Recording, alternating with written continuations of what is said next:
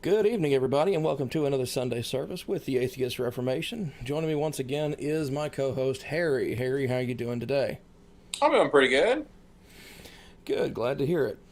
So, today is going to be a little bit different, and it's more from a perspective of this is something that kind of harkens back to my childhood a little bit. Oh, Not the situation in and of itself, just the fact that it's of who it is and what organization is being affected by all this. so we're taking a stroll down memory lane with you today. A little Oh bit of yeah, just a little bit. And for those of you who don't know, I am. I used to be a Catholic before I became an atheist, but before any and all of that, I grew up Methodist. I mean, if you're in Texas and you're in East Texas, chances are you're going to end up Methodist or Catholic. It's usually one of the two. Baptist happens on occasion, but a lot of it's either Methodist or Catholic. Yeah, like Harry here. So, that being said, welcome everybody to the show. Please remember to like, comment, and subscribe, and hit that notification bell icon after you subscribe. That way you know when we have new content coming out. As always, we're going to have the articles linked in the video description down below. That should already be visible if you would like to go and check those out. Also, remember to follow the Atheist Reformation on Facebook at www.facebook.com/The Atheist Reformation. Working towards letting Harry kind of take over the Facebook page here in the hopefully near future, and so that will probably kick up and start becoming more active as time goes on. yeah. Because Harry, unlike me, is addicted to social media, and so I figured I'd channel that addiction for something that's, at least a little bit self-serving, I suppose. It's less the social media and more the meaningless arguments with people. Meaningless arguments, yes. And hey, KCA Randy, welcome to the show. Thanks for tuning in, man. So, and one more final thing before we really jump into the deep end on this is if you would like to be on the show or on Discussions with a Theist, my other show that it hasn't fallen by the wayside. I'm just having a little bit of trouble finding guests who have time to come on the show with the whole pandemic situation going on. Seems like a lot of the more religious shows are kind of ramping into more nuanced things, and so the guest pool is starting to dwindle a little bit. That being said, I am working diligently towards getting more and more guests to have on for that type of discussion. And I may even, bully Harry into jumping on and doing a discussion show with me. I'll force him to pick a topic to stick to, and we'll have an hour-long discussion on that. What was it we were talking about before? I'm not a young Earth creationist, a midlife crisis age creationist, it may or may not be whatever, I don't care creationist. Well, it doesn't have to be about that, but about anything that would normally be a sticking point or a point of disagreement between theists and atheists, obviously. No.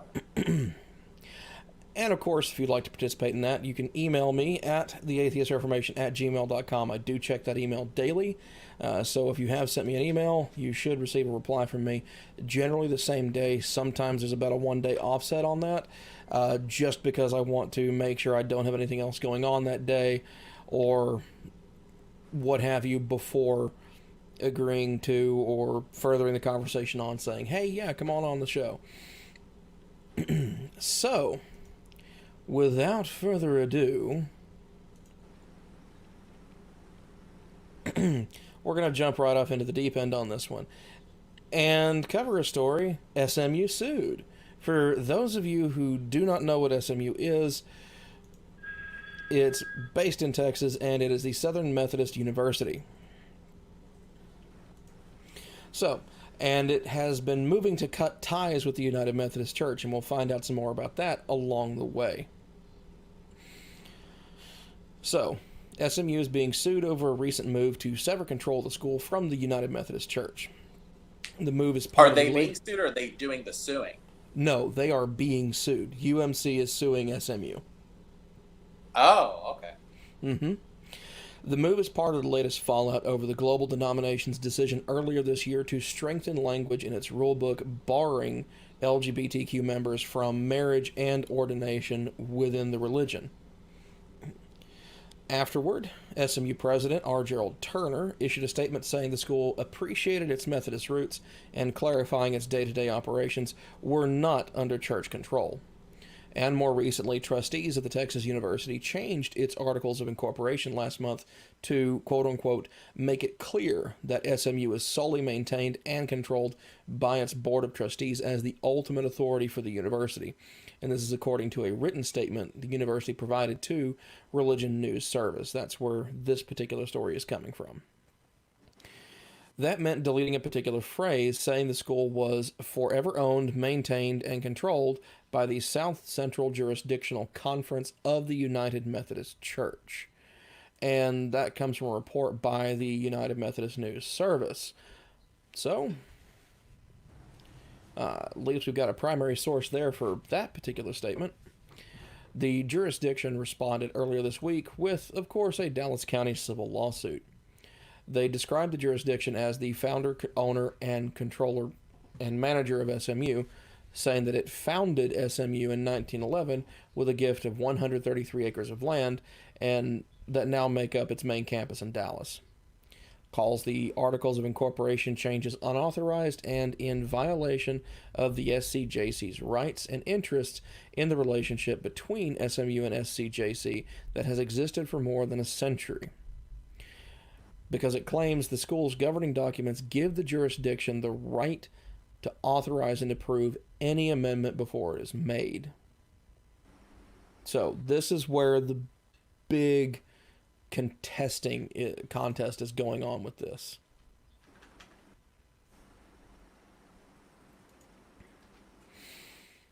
Yeah.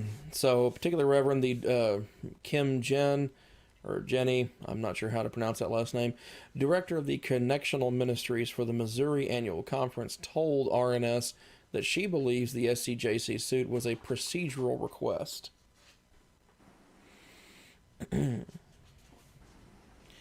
Not sure about that one. She believes the jurisdictional conference desires to be in relationship with SMU, which they hold in high esteem, and think that any conversation around the nature and future of its relationship should be done through prayer, dialogue, and discernment, and that didn't happen in this case. So this goes back to December of last year, but it's a drawn-out story that has grown over time, and that's why I kind of chose to cover this today. And of course, they're going back and forth on this. December 4th, 2019, that's when SMU received notice of the lawsuit, according to their statement.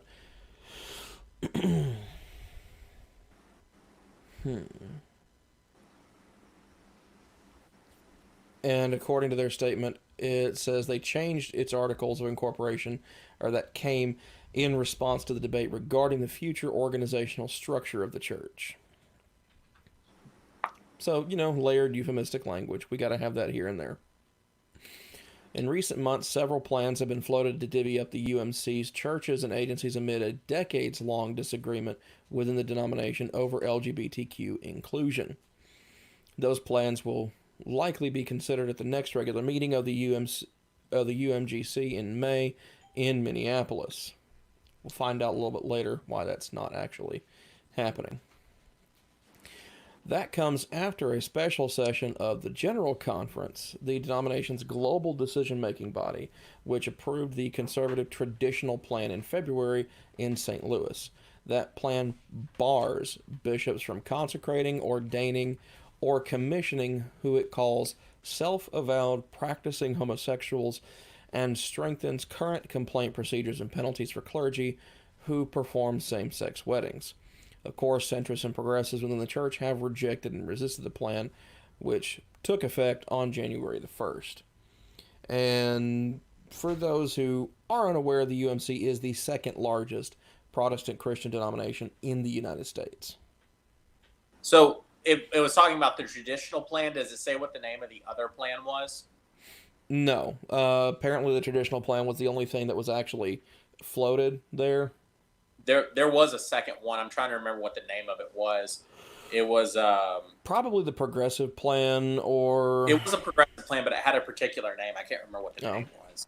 Either way, that's what it was. There were two plans presented. One was going back toward a more conservative view, and then one of them was basically opening things up. And we can talk about that a little bit later, but it all goes back like about 15 years. Well, on this particular plan, perhaps. However, the LGBTQ inclusion thing, that's decades of disagreement right there. We're talking you could say that goes back to 1968. Quite possibly, yeah. It may even go back a little further than that. Anyways, so that's that story. And now we're going to cover, of course, the plan for SMU to split from for SMU to split from UMC. Man, those acronyms. And we're referring to it as UMC to be concise, even though it's technically like the SJ. No, it's just the TUMC, the United Methodist Church. But I thought it was the Southern Regional Jurisdictional Conference or something. No, SMU is planning to split from UMC control, period. So this would be to separate itself. That's not just to separate from the SCJC. The SCJC is still overall attached to UMC.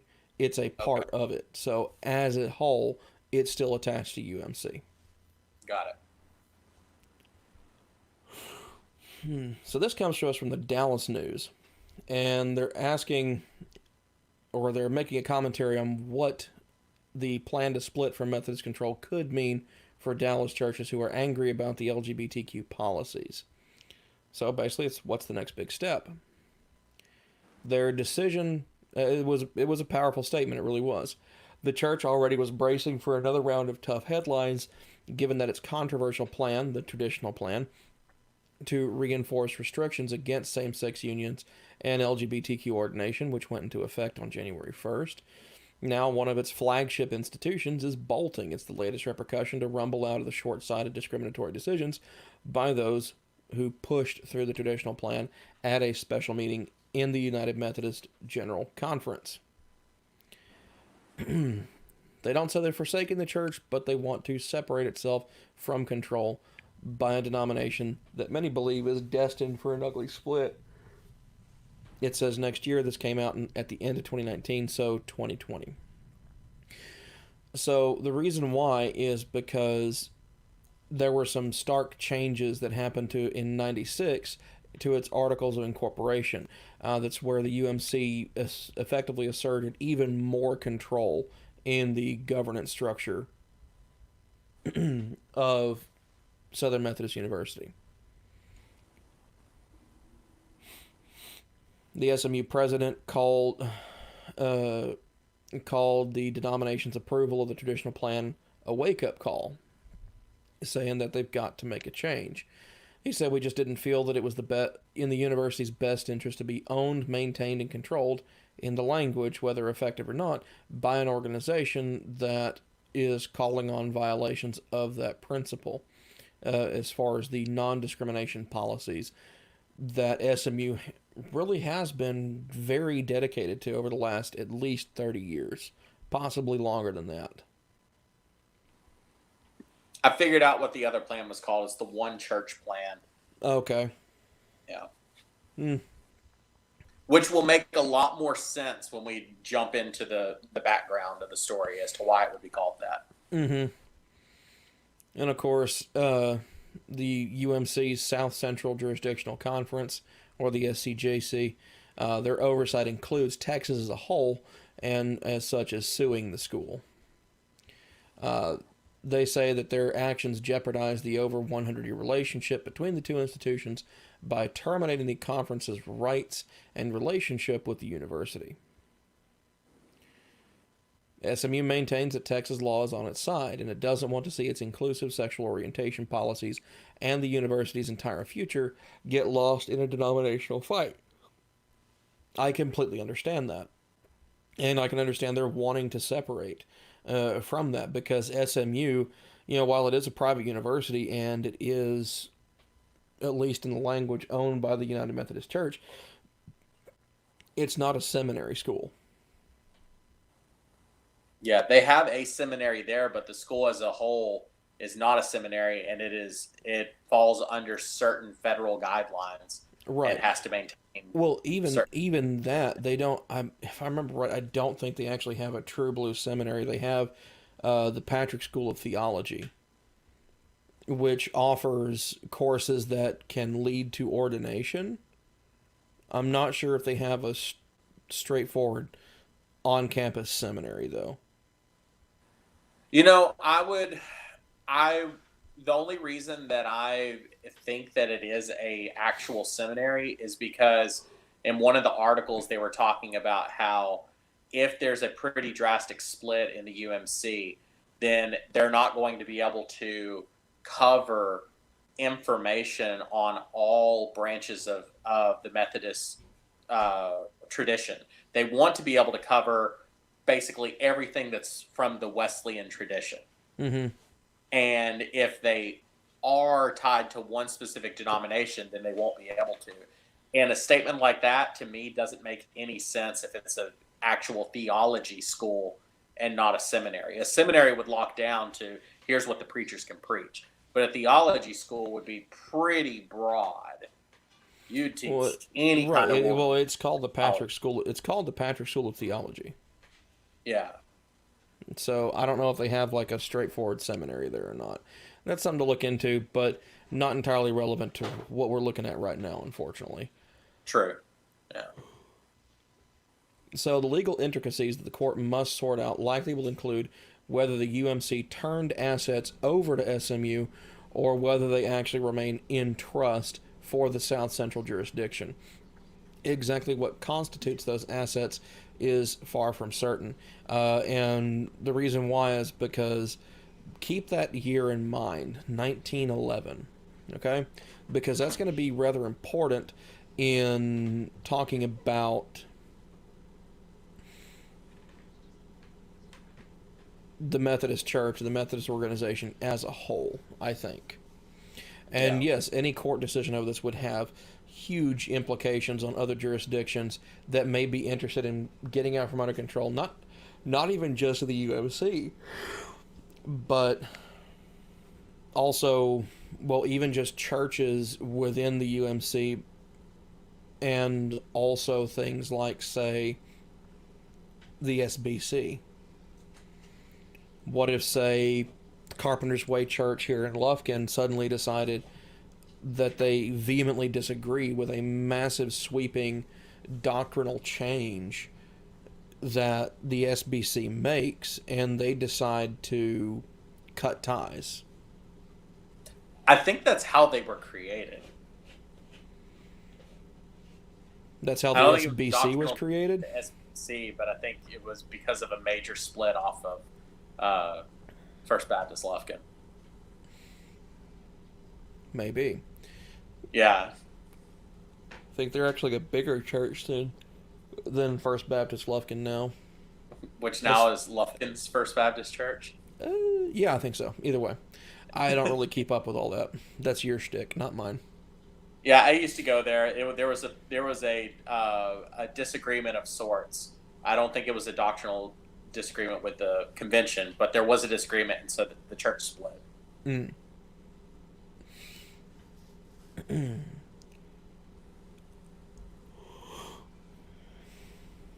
So here's the thing. Turner still winces when he remembers the last time the issue of who is ultimately in control at SMU arose. An ugly fight, much of it rooted in competing political ideologies, erupted over whether the South Central jurisdiction would allow the university to lease the land for the George W. Bush Presidential Center. Yeah, that's been a minute, but yeah. That's just so weird to me that they had, like, an actual full-on argument about a presidential library, I can get an argument about it because of the resources being used, but that's not what the argument was about. It was about political ideology of disagreeing with George Bush. Which we're going to analyze that, not necessarily the political ideologies or whatnot, but when we get into the overall beliefs contained within UMC, a lot of that's going to start to become clear. Yeah. As to why that was such a big knockdown, drag-out fight.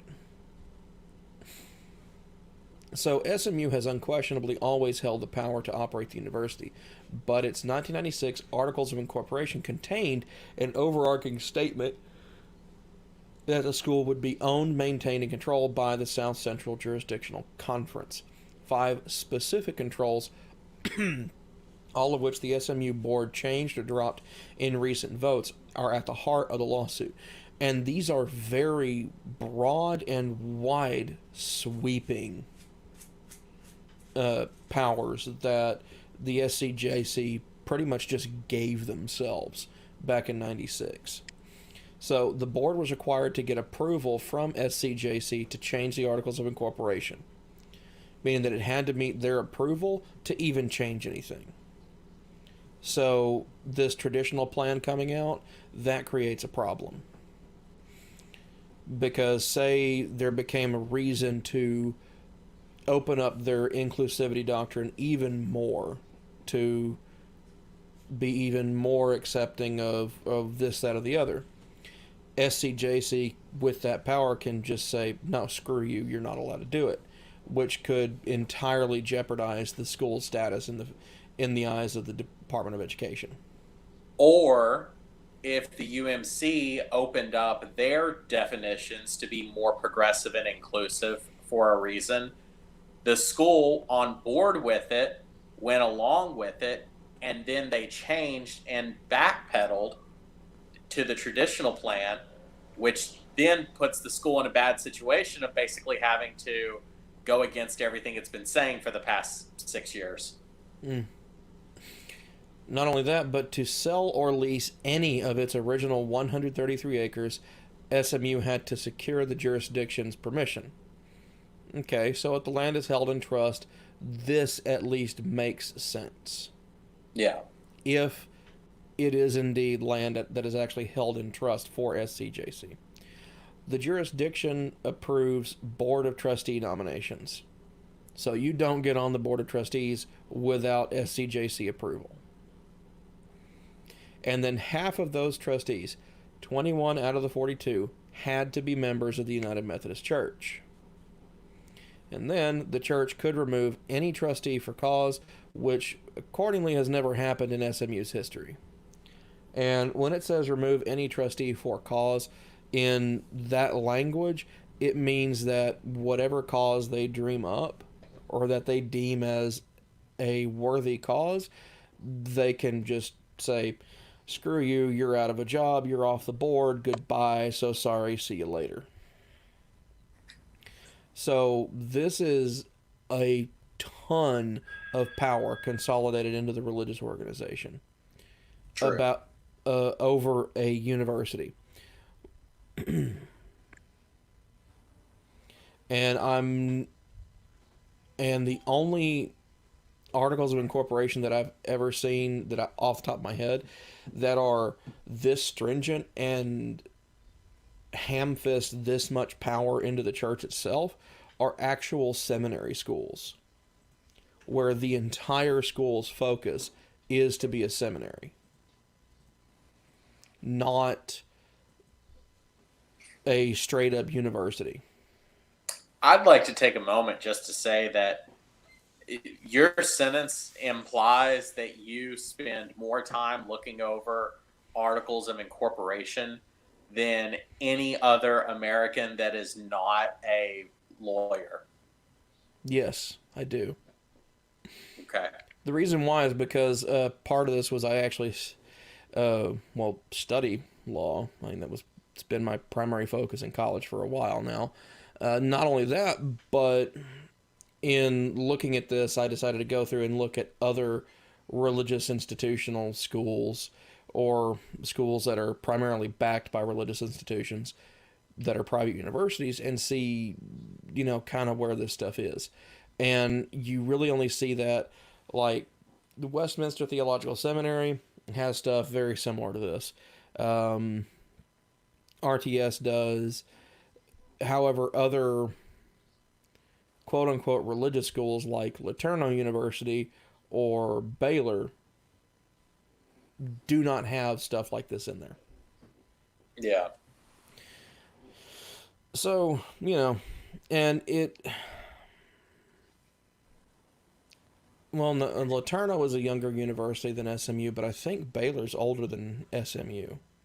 It is. By like 40 or 50 years. Yeah, they would have actually probably gotten their land from the Republic of Texas, not from Baptist Convention. Probably.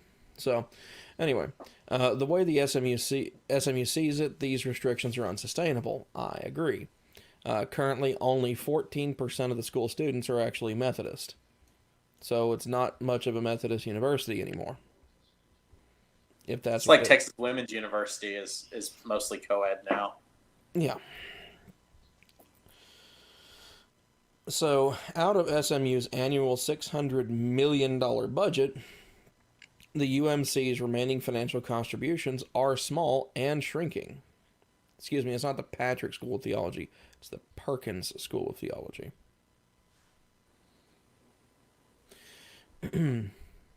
According to Turner, they amount to about $1 million this year to the Perkins School of Theology and a scholarship fund to support Methodist students that is about $50,000 a year.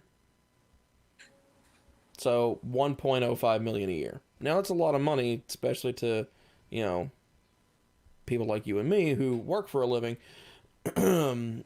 But in the overall scheme of things, with their annual operating budget, that's a drop in a bucket. If they pulled that, SMU wouldn't even notice. They would probably notice enough to say, okay, we need to shunt $1 million off of this onto Perkins, and then, $50,000 for a scholarship fund. Okay, well, let's divert that. Oh darn, we just diverted 1/600th of our operating budget. Yeah. I mean, it's not enough to make or break them by any means. No, I mean, like, that would be... They might have to go up on parking permits by like $3. Oh, probably not even that.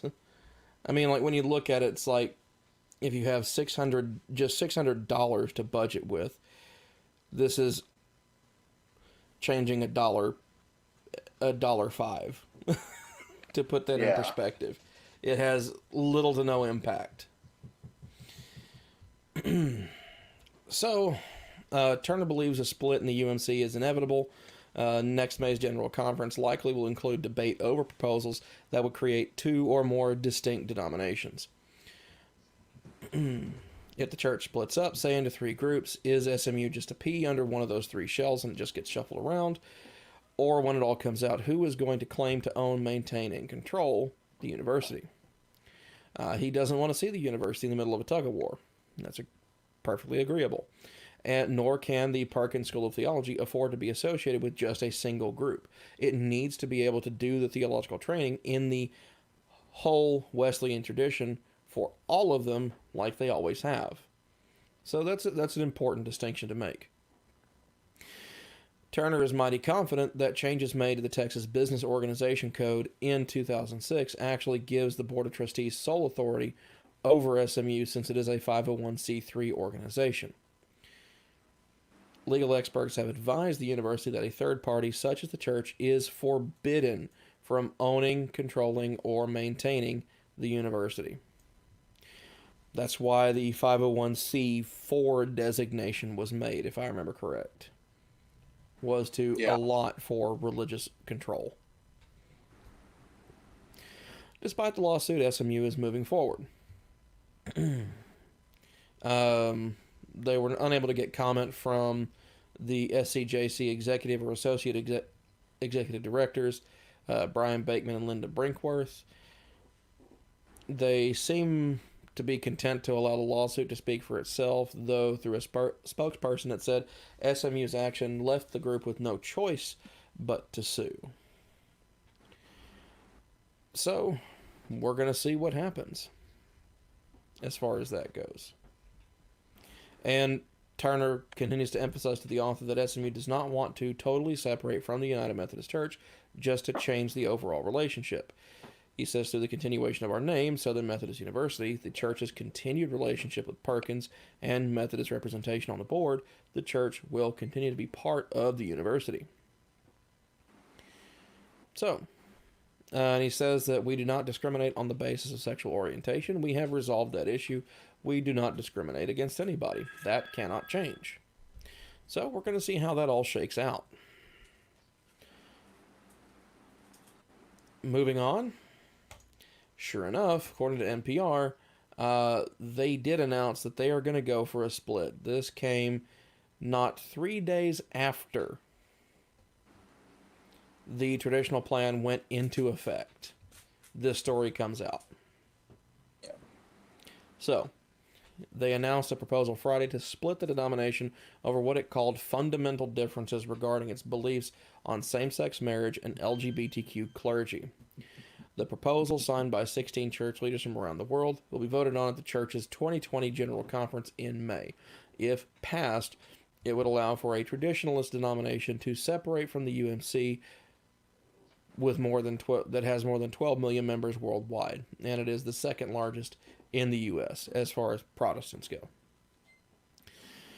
Currently, ordained pastors are not allowed to perform same-sex marriages, risking disciplinary action if they do, and quote-unquote practicing LGBTQ people also cannot become ordained pastors, according to the church's Book of Discipline. Gotta love those official names.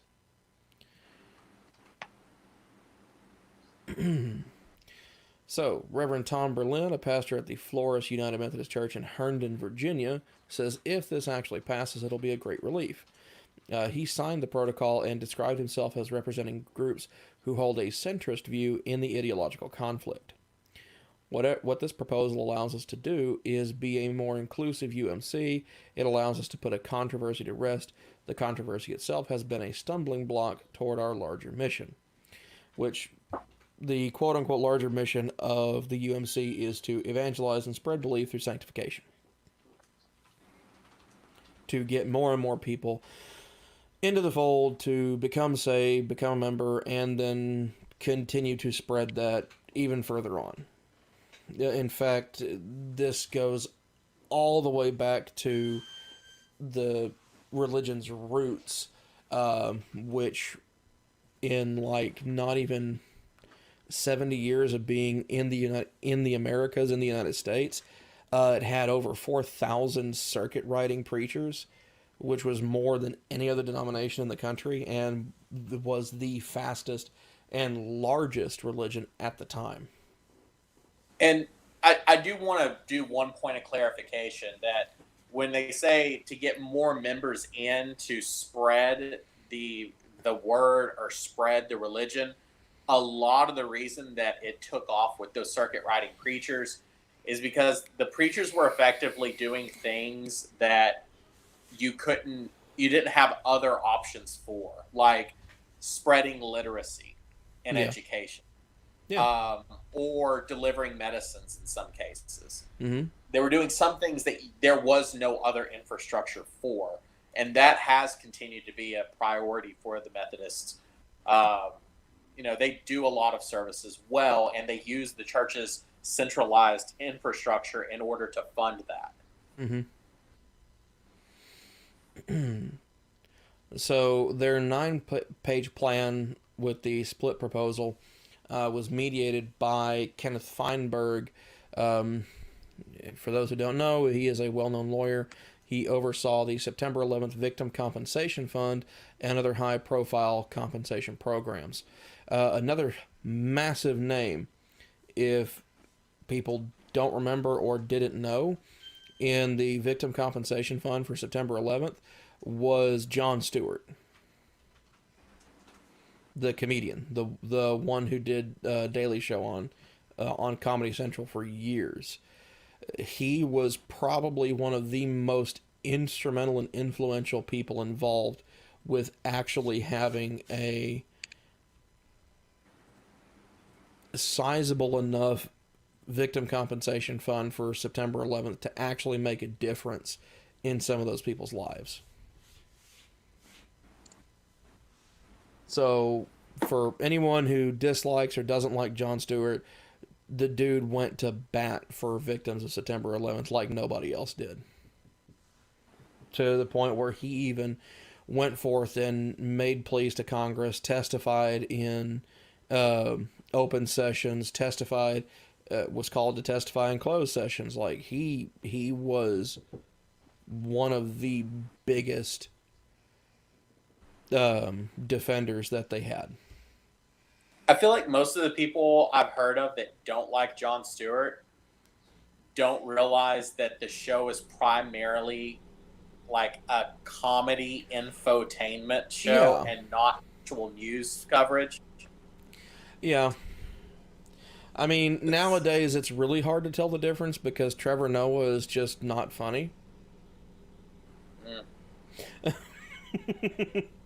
Like, either they got terrible writers on the show or Trevor Noah is a terrible writer. One of the two. I mean, either way. They also took like all of the original people that were a part of the Daily Show when it was successful, and they all have their own competing show on other networks now. Yeah, like John Oliver's got Last Week Tonight, then Colbert went to like true late night TV. And then Samantha Bee. Ugh.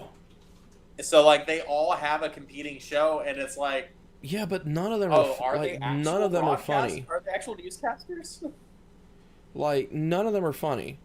Samantha Bee, not funny. Chelsea Handler, not funny. Trevor Noah, not funny. Chelsea Handler had like a daily show, had like some kind of daily show at one point. Oh. Yeah. And John Oliver, he's funny at times. I like the format of his show where he picks one topic and just a deep dive into it for the whole episode. Yeah. Yeah, I do like his format for that. I did like that. Anyway, moving on. So the rest of this talks a lot about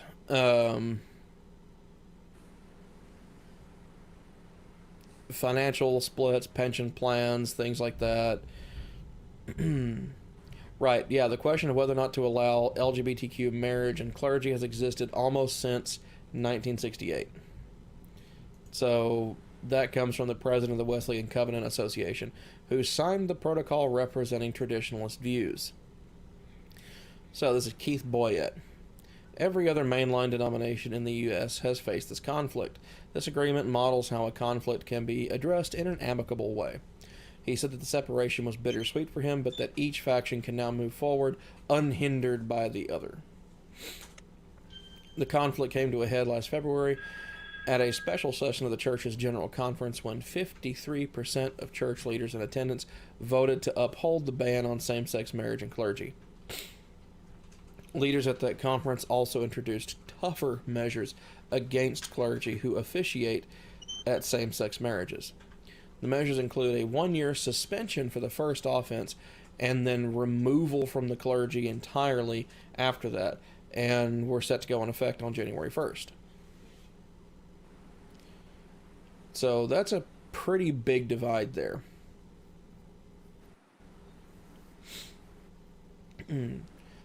Basically, one side is accepting and the other side wants you to be removed from your office. Yeah. I mean, that's pretty hardcore right there. Well, when we finish there, it's so weird how this all started in the first place. Mm-hmm. Is now like the good time to start that or hold? You know what? Yeah, we'll bypass the rest of this. A lot of the rest of it was a couple of comments from a gay Methodist pastor, married since 2016. So to the point where it would effectively remove him from his position eventually. Right. So the weird thing about this that you kind of have to understand in the Methodist Church is that at some point in the mid 2000s, I think it was around 2006 or 2008, they reached an agreement with the Lutheran Church in America, Mm-hmm.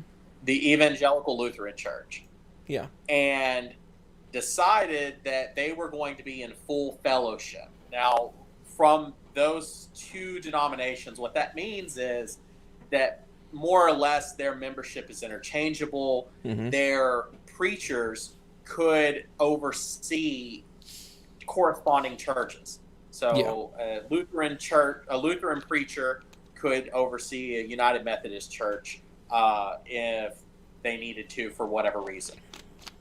Right.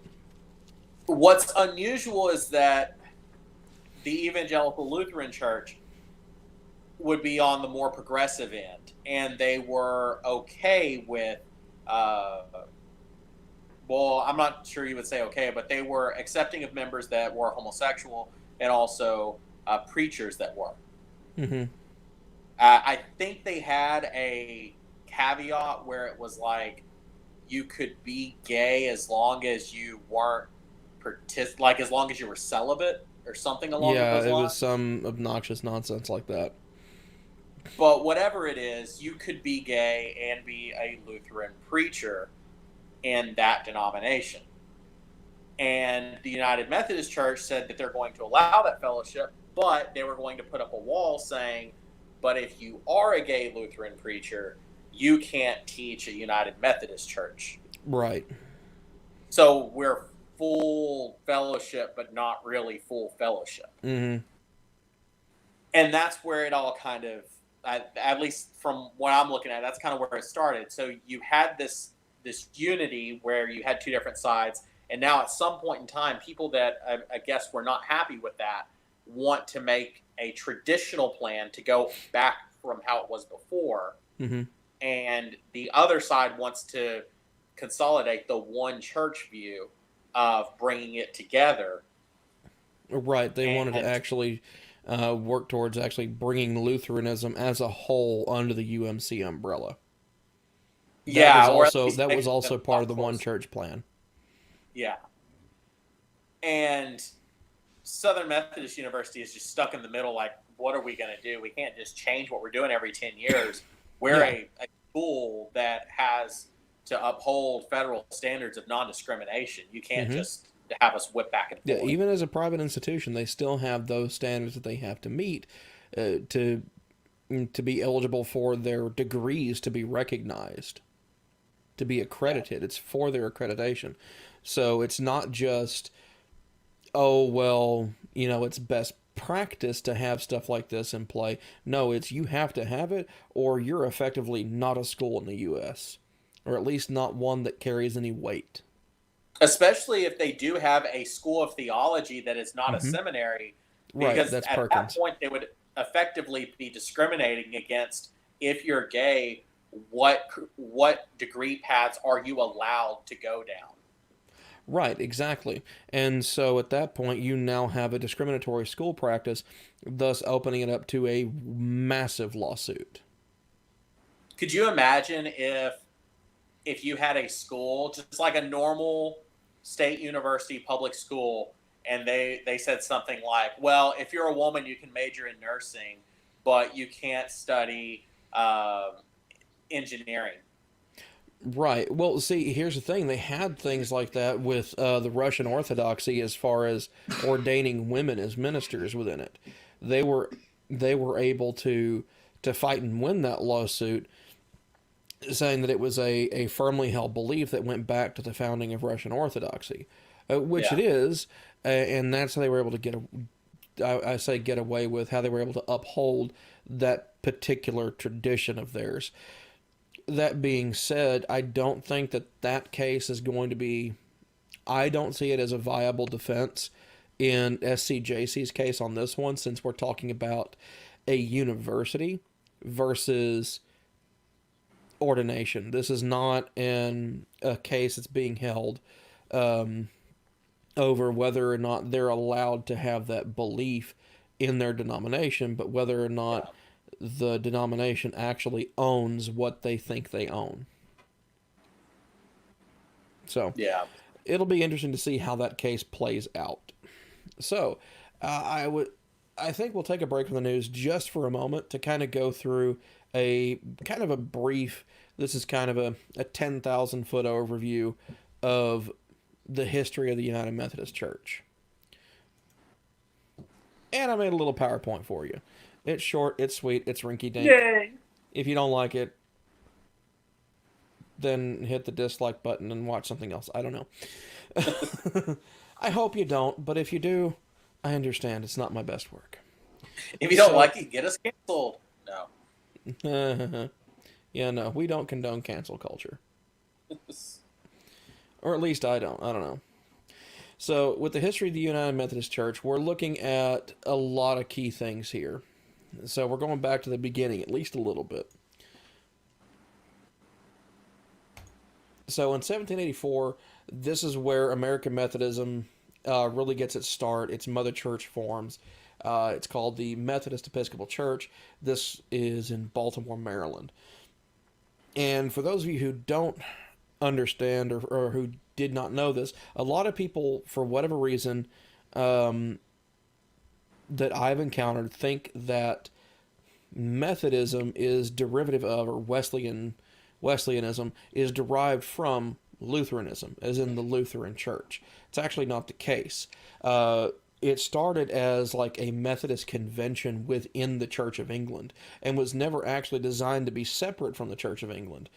It was started by these two brothers, John and Charles Wesley, who started preaching down around the Georgia colony back in the mid-18th century. So we're talking 1730s to 1750s.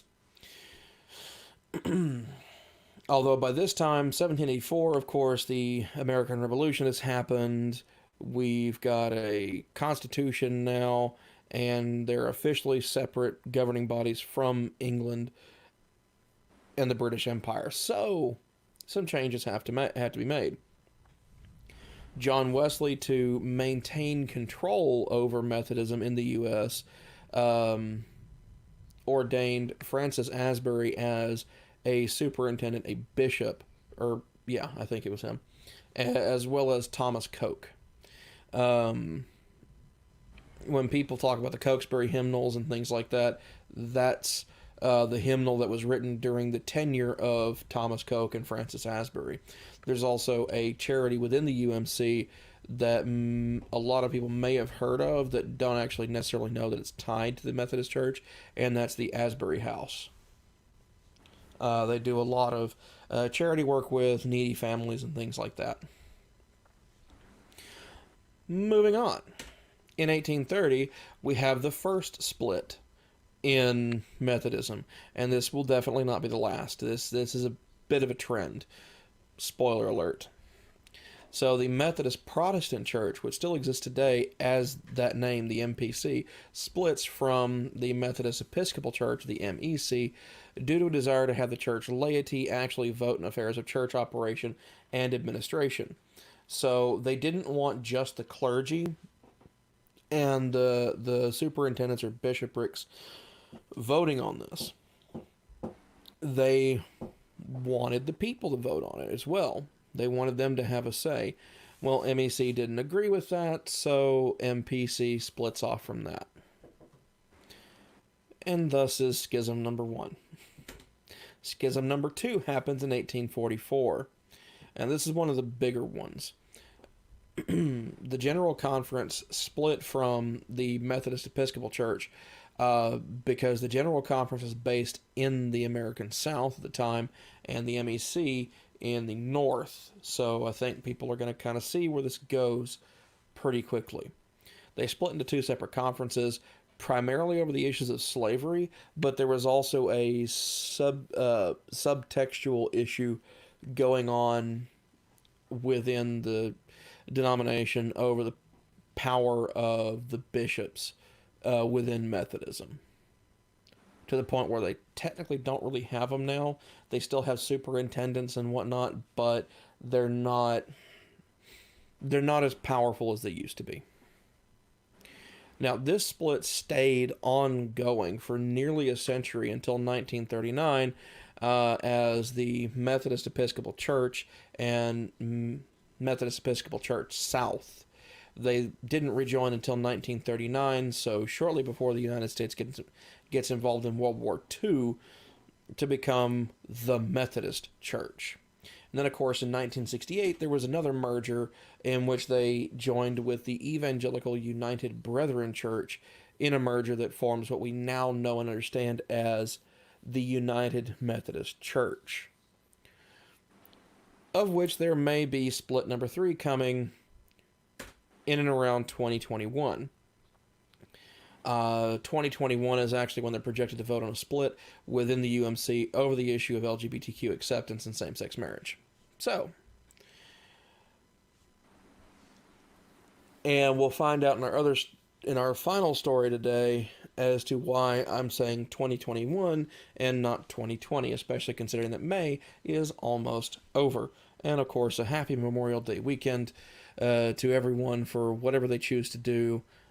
Tomorrow, today, yesterday, what have you. I've got one more slide we're going to go through. Fairly simple, fairly quick. And this is over the beliefs of the Methodist Church. And when they say they're centrist or progressive or left-leaning, it really does go both ways within this organization. They have a few things that pretty much all of them agree on. It's they accept and promote evolution and stem cell research. That is an overarching support or an overwhelming support within Methodism. There are some offshoots that do not like it here in the South. However, those are actually fewer and farther between than one might think.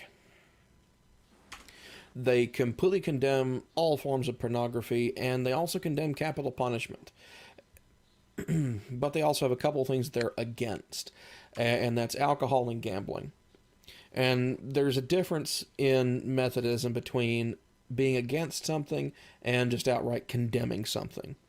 If they're against something, they look down on it, but they're not going to judge too harshly on someone who does, provided they don't allow it to become an addiction.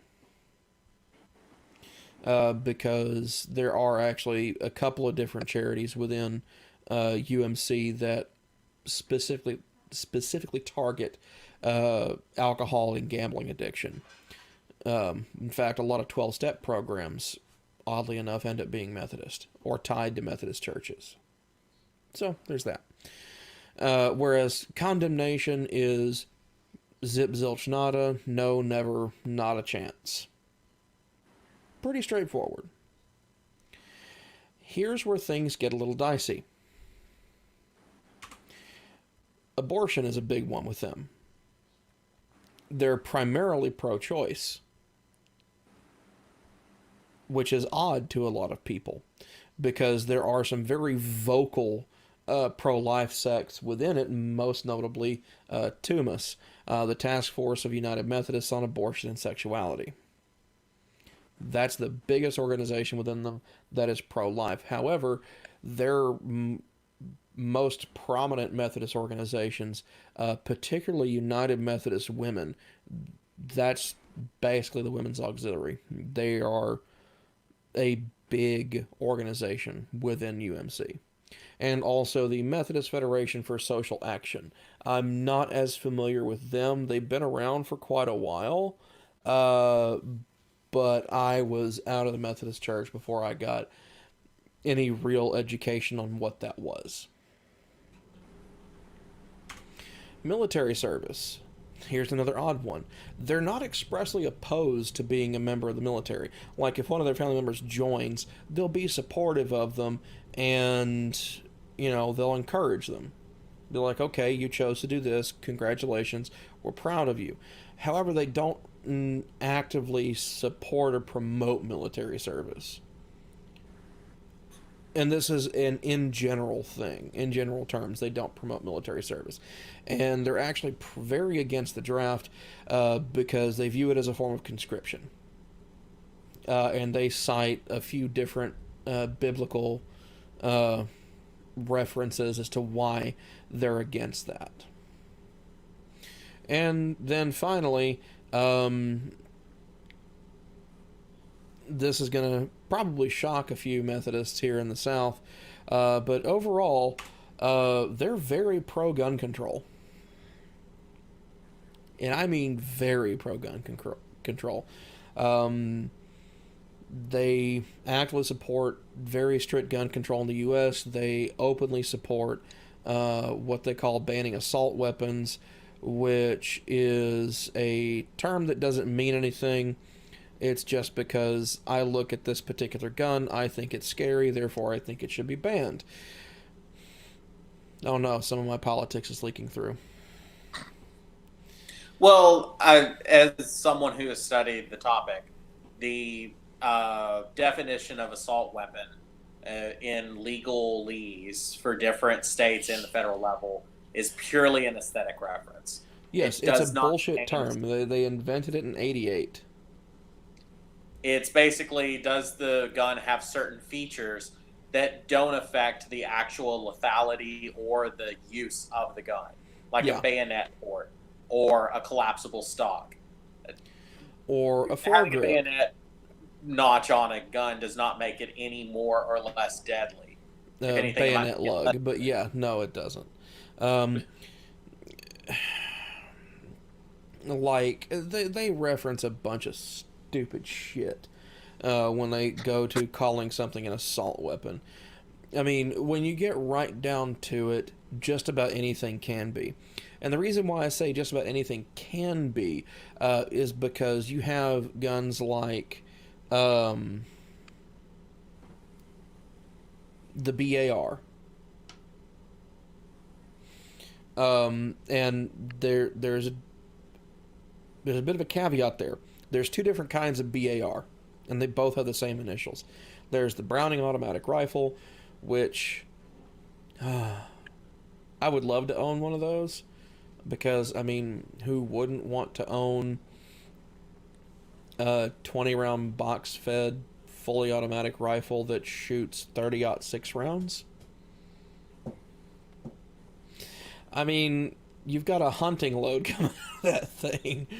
That would be a ton of fun to shoot.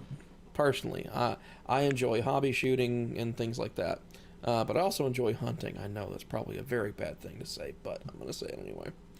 Why is that a bad thing to say? I don't know. A lot of people are like anti-hunting nowadays. They look at all hunters as like basically Elmer Fudd. Well, I'm anti-car wrecks in November, so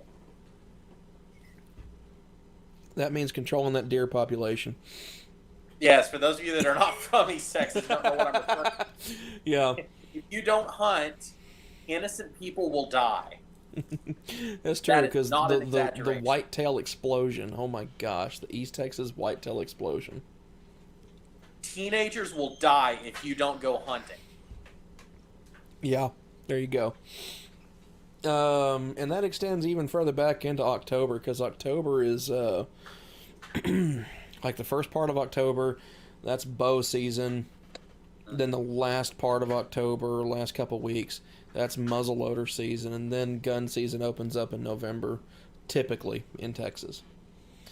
So yeah, save a life today. Go out and fill your hunting tags.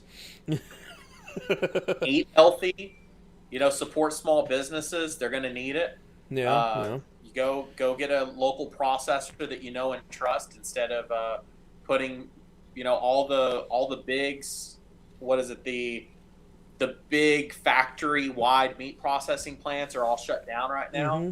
So, yeah. Also, I encourage people to go hunting at least once in their lives, to kind of learn where food comes from. It's important. It's important to learn these things.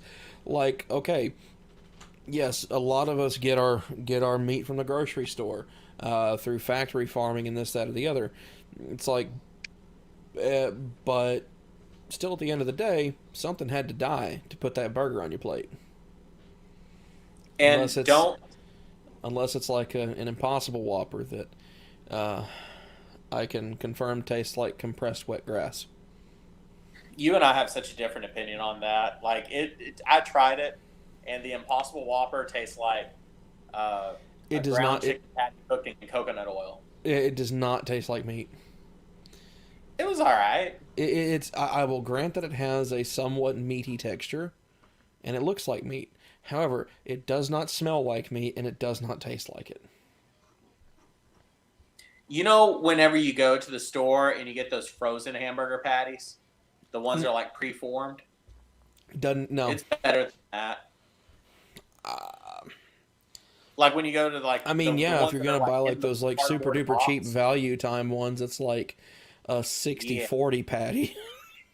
The ones where it's like just put them in your oven for 10 minutes and like there's don't no even put them in the thing. It's like a cardboard chip. And you have to be careful putting them in the oven for even 10 minutes because you'll probably start a flipping grease fire because of how much fat is it, how high the fat content is. Yes, yeah, those are ones. Tastes better than that. Tastes better than the hamburger you got in school, depending on what school you went to. That's true. Anyway, also as far as gun control goes, they do support a total ban of all firearms in most countries, and they're starting to promote that here in the U.S. So for those who like guns, or at least are not opposed to them, you probably don't like Methodists that much. Or at least not their political stance. Yeah, there's that. So on to our final story of the day. And here's why I say that the split is going to have to wait, as far as the vote goes, until 2021. Conferences canceled. The UMC split and the SBC votes wait for next year. Besides budget approvals, most denominational business can be rescheduled. This is coming out of Christian Today. So, yeah. Major conferences held by the two largest Protestant denominations in the country have joined the long list of events canceled by coronavirus. Last week, the SBC, the Southern Baptist Convention, for those of you who are not familiar, called off its annual meeting that was scheduled for the first part of June. Its first cancellation since World War II, 75 years ago? Yeah. I'm thinking they didn't do the math on that quite right. Why not? Yeah, no, 75 years. Yeah. Not the start of World War II. Yeah, end of World War II. It was the year that they actually canceled the conference. Yeah. Anyways, the week before, the UMC announced it would have to push back its quadrennial, every 4 years, General Conference another year after its venue, the Minnesota Convention Center, canceled events through mid-May. While members understand the circumstances, the decisions still come as hard news. Besides the denomination-wide fellowship and morale building that happens at these gatherings, they are also the vehicle for important decision-making affecting churches and ministries.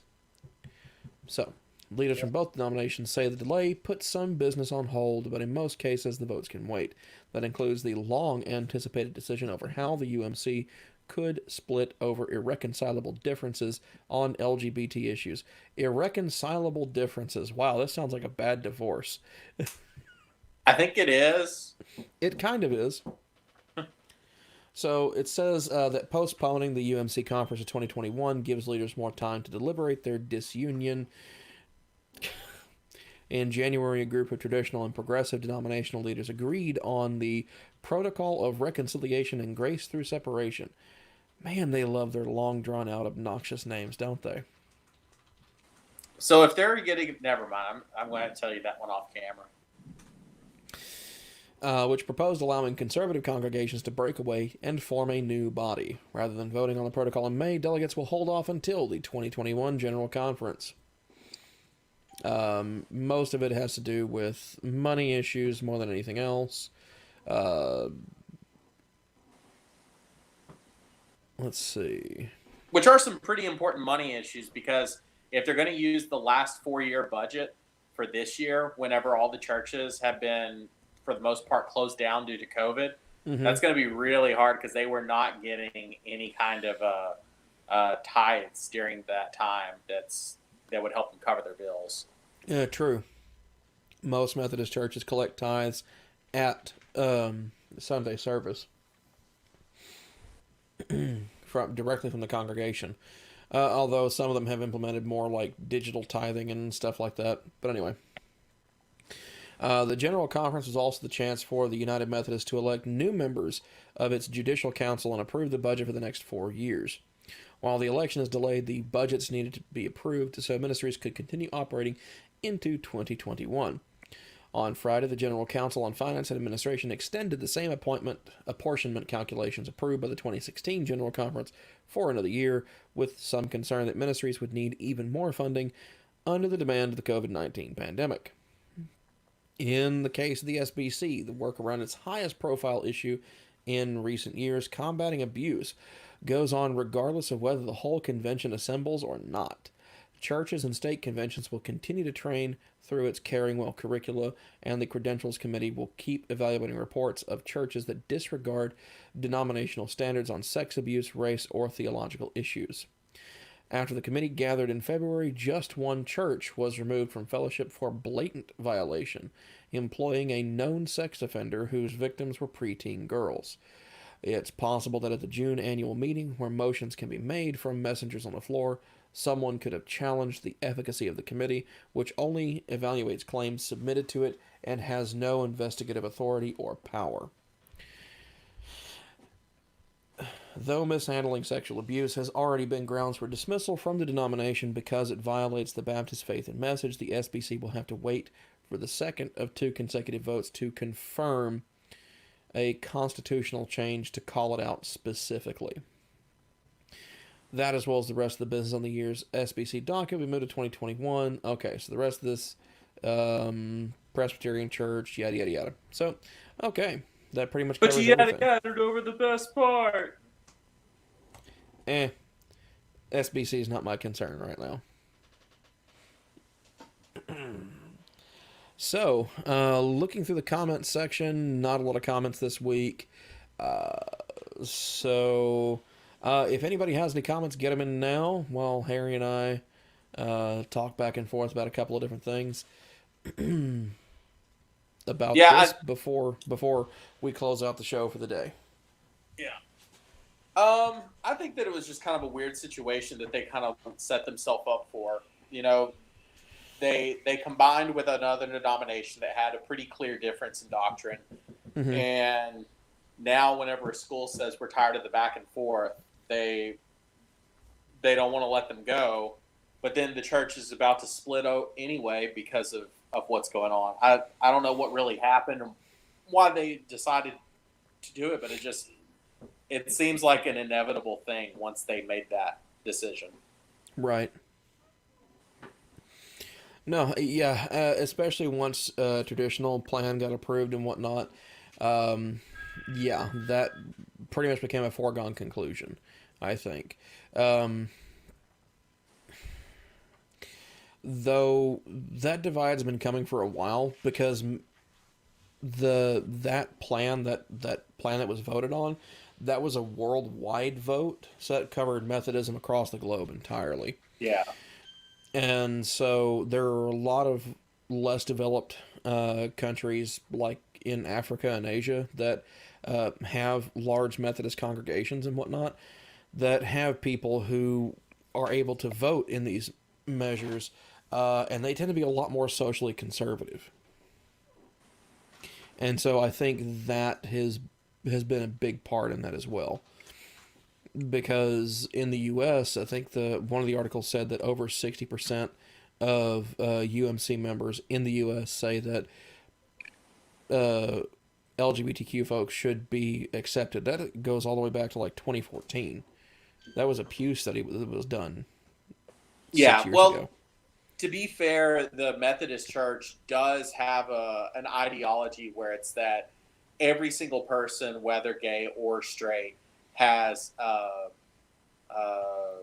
can't think of the exact word, but basically has divine, not divine, but has they have a specified value for God. Like everyone is valuable in His eyes. So they aren't in favor of discriminating against someone in terms of them being able to attend a church or being able to get charity or anything like that. They're still in favor of associating with people and treating everyone with respect, and they're very anti any violence or discrimination. It's specifically some churches say you can't become a full member of that church if you're still a practicing homosexual. Well, it's not even that; is you can't even become a member of the clergy.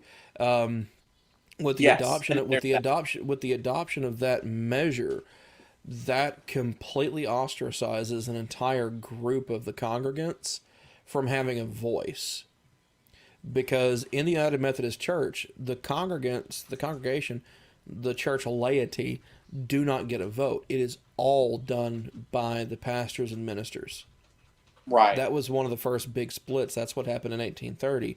The split between the Methodist Protestant Church and the original Methodist Episcopalians. Yeah.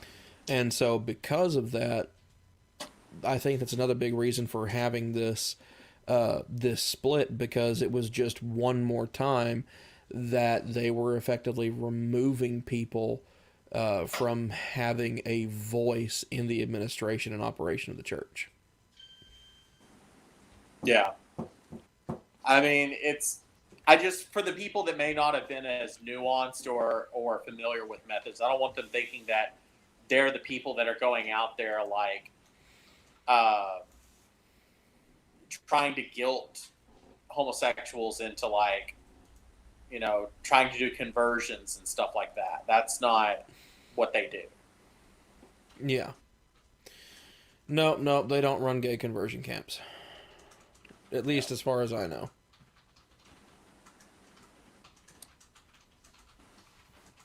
So, I guess a question from last week, which kind of bundled into that other news about, that was kind of interesting that this Southern Baptist Convention had effectively excommunicated a church, the whole church. That's kind of interesting.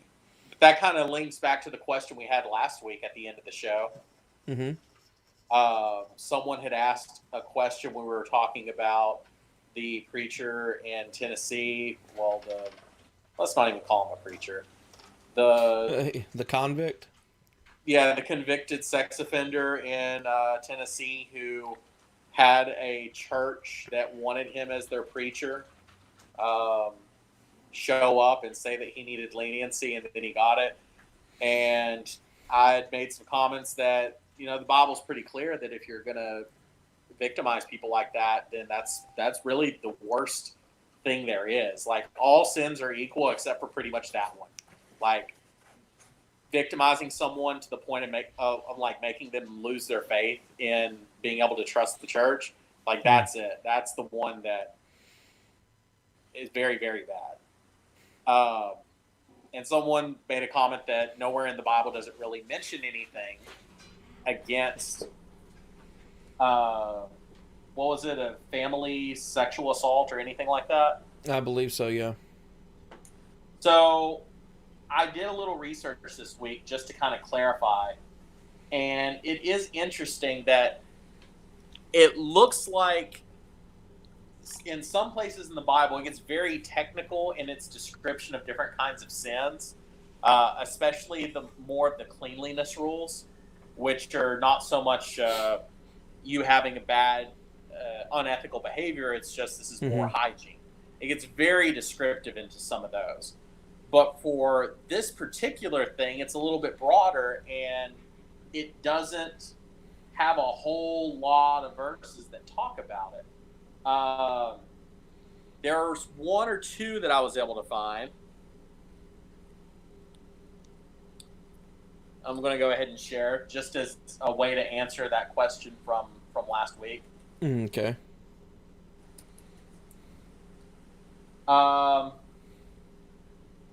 of them is, let's see, Leviticus 18, chapter 18, verse 6. And it says, "None of you shall approach anyone near of kin to uncover nakedness. I am the Lord." Basically, don't have any sexual contact with any of your close family members. Okay. That's about as clear cut of a verse as I'm going to find on that. And I'm pretty sure that this falls under that this would have been prohibited. There's possibly. there's a lot of other verses in the Bible that I don't really feel that I need to go over right now, that are more vague, but I think are better. See, I think another one of the thing I would want to bring up is that you have a lot of Christians nowadays who say that they are not bound by Levitican law. That's true. So there are some things that are a little bit more vague that are a little bit more relevant in the New Testament. So I'll just bring that one up real quick. Okay. And it's very situational for this. And it is James chapter 1, verse 27, which is, well, I'll start with verse 26. "If any think they are religious and do not bridle their tongues but deceive their hearts, their religion is worthless. Religion that is pure and undefiled before God the Father is this: to care for orphans and widows in their distress, and to keep oneself unstained by the world." Mm-hmm. So, to be a caretaker, a protector. That's more specific to that particular story. And there's a lot of different verses that talk about that if someone doesn't have someone to protect them, it's your role as being a part of the church in order to protect them. Most of what the Bible says regarding sexual sins, it says no sexual immorality. Don't be someone that participates in sexual immorality. But it very rarely goes back, especially in the New Testament, to specify what exactly sexual immorality is. It almost always refers back to Levitican law or something else in the Old Testament that has been predefined. And often a lot of parts in the Old Testament, when they're talking about it, it says these generic covenant statements for the tribe that says, don't do anything that no one in Israel would do. Like, right, you, but it's you know but what it's the bad things are, don't do them. You have to admit that Levitican law is incredibly ethnocentric. None of those protections that are in Levitican law are provided to anyone outside of the Israelite people. No one outside that is afforded that same protection. So they are free to rape, pillage, and plunder all they want of people that are not them. And in fact, in some parts of the Old Testament, it's encouraged. Like with the people of Canaan, kill them all. Well, except the little girls. Now, there are specific examples of whenever that was opened up as part of war. I don't see anywhere in the New Testament where it refers to those exceptions to the standard morality of the law. No, but when it comes down to like Jesus saying, basically saying that Levitican law still applies, all the rules before, nothing changes. I'm just here to move things along into the next generation, so to speak. Yeah. That still doesn't shift those protections onto those outside of the faith. It still only provides them for those within the in group. I mean, at that point, I think it's more of a question of theology than what the Bible actually says. Because if there is no differentiation between what the covenant is applied to, if it truly does expand and it can be considered to apply to the Gentiles, then I believe that the expansion of the protections of the law would also expand outward. Because around the time of Christ, right? But again, that's more of a theological thing. That's not actually something explicitly stated, and we see that in early Christian history, in which they continued persecuting other people that were not them. Well, it's not said specifically in terms of the religious law changing, but there is a focus and a shift that is explicit in the New Testament of abiding by the laws that are in the land. It says in multiple times. So not only does Jesus famously say, give to Caesar the things that are Caesar, but there's also lines in Romans where it says that as long as it doesn't conflict with your spiritual duties and obligations, you are to obey the laws that are within the land, because God would not have created a king or a ruler that hasn't had his approval to place him there. So it's the shift of morality from a context, like backtrack a little bit. Say that there would not be a king or ruler that God didn't want there. I know where. I understand that there are some very hard implications being applied there, because that means that Herod was supposed to be there, and as such entirely condoned the mass murder of young boys. Let me find the exact verse here. Okay, because that's got some very sweeping implications attached to it there, bud. Yeah.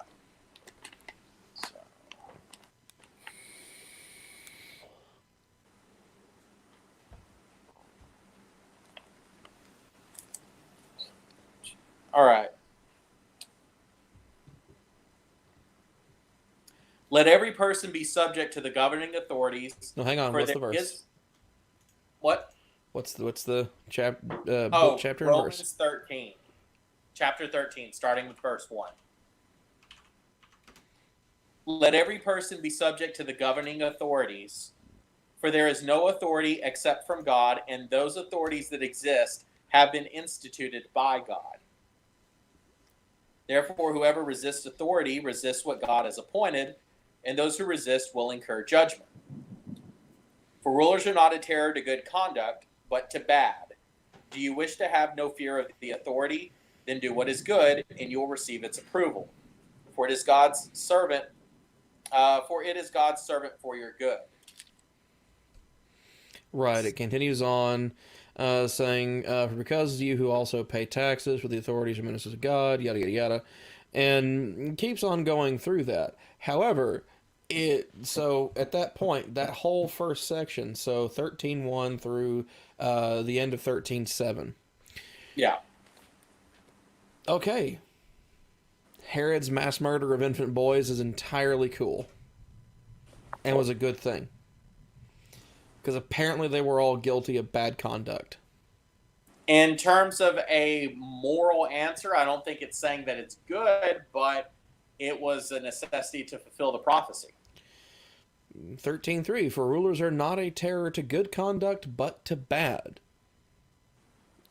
So those families who had infant boys apparently were in bad conduct, for terror was definitely visited upon them when soldiers show up and murder their infant sons in front of them. So, completely cool. Apparently. Oh, yes. An all-loving, all-good God, apparently. Murdering children in front of their families. Now, I've never made the claim that every action that is put into play to fulfill the prophecies is something that would be considered moral or seems fair in human terms. Oh, no, it's not even about it being fair or moral or even anything like that. Is that it harkens back to the reason why atheists have such a problem with a lot of like the hardcore Bible thumping Christians, in that they pick and choose what verses sound good to them, and then most of them, when challenged on this, or when something is brought up saying, hey, they're not doing anything wrong, in fact, you're doing wrong, and that's why this is happening to you, you see where the problems start to pile up for a lot of people. Yeah. Because given this particular this particular verse, this is one of those situations where I think someone who holds the Bible as something that they should follow, which I do, should also look into the context of the speaker. And this is not something that was said by Jesus. This would be something that was said by Paul. I would argue that nothing in the New Testament was said by Jesus. Well, okay. This is not something attributed to Jesus, even fourth, fifth party 300 years later. This is directly attributed to Paul. Yeah, the colossal apostle. When we're talking about Paul, whose real name is Saul of Tarsus, by the way. Yes. Saul later became Paul, yeah. Uh-huh. When we're talking about him, it's important to realize a couple of things. First of all, he did not expect the earth to be around for more than probably another 100 years, maximum. So when he's talking about don't fight with principalities, he's already in an apocalyptic mindset that... No, most of them are. Yeah. One only need look at the last book of the Bible, the Revelation of John. Yeah. Another thing to remember is that he was one of the people that was stoning the quote-unquote heretics, the early Christians, before his conversion. Yeah. Was holding the coats for the people that were doing the killing. He was in a position of power and authority himself, not doing what would have been considered just. So is his own action falling under the verse that he was put in that position by God? And it can go both ways. Either one way is that even if someone is put into their position by God, it's still, there are times whenever you need to obey the actual word of God and obey the actual and let's just like further this on a little bit so we can close the show up. Is that this section right here? I mean, people can't say that nobody intended for this to be taken literally, because it was taken very literally for over 1,000 years, to the point where this is one of the prime justifications for divine right to rule by most European powers. Yes. Ongoing through the centuries. So we've got over 1,000 years of practice of this being literal. So for people to say, this clearly says that the government's always good. Yeah. I would argue more. It's saying that essentially the government is always good. I would argue more that there's always a reason that something happens, and that there is a possibility that Paul could have seen in a level of self-awareness that his prior position of power and doing things that were unjust allowed him to come to the point where he was able to start his mission and pay for a lot of those crimes by being imprisoned unjustly himself.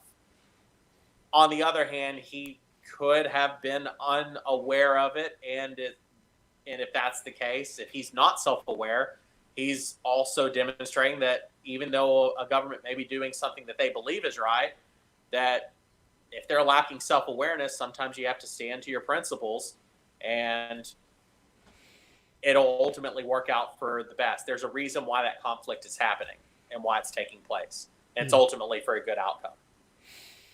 Mm-hmm. But yeah, those are not very satisfying answers for people that are not in the faith, because they seem like mental gymnastics. And I'm aware of that. It's not that they seem like mental gymnastics. They are mental gymnastics. These are wide sweeping leaps of logic that bear no justification in the text. To that one chapter, and I did look through the entire chapter, and I could not find any other way of where it was like, here's the justification. Nope, that chapter you're going to have to interpret, and if you want to make it not contradict other parts. Yeah. But anyway, we've gone on for almost exactly an hour and a half, so it's time to bring this week of the Atheist Reformation Sunday service to a close. thank you all for tuning in today. Don't really have any questions in the comments today. KCA Randy, my younger brother, and BJ, if she was able to tune in at any point, thank you guys for tuning in this week. We look forward to seeing you again next week, and we are still working on the Happy Science, for lack of a better term, documentary. We're hoping to start filming a good portion of it sometime this week, and by filming I mean it's going to be me talking into a web camera, so relax. I have not suddenly become like a tech guru, and this is all just me skating by, sorry to say. However, I have been doing some practicing on video editing and things like that, so I'm going to try and make it at least somewhat entertaining as well as informative. That being said, thank you all for tuning in. Check out the video description down below for links to all the articles we discussed today. As always, please remember to like, comment, and subscribe, as well as click that notification bell icon so that you can be let know when new content is coming out. And follow us on Facebook. And if you have anything to send to me, you can send it through the Atheist Reformation at gmail.com. Thank you once again for tuning in, and have a fun evening. Goodbye.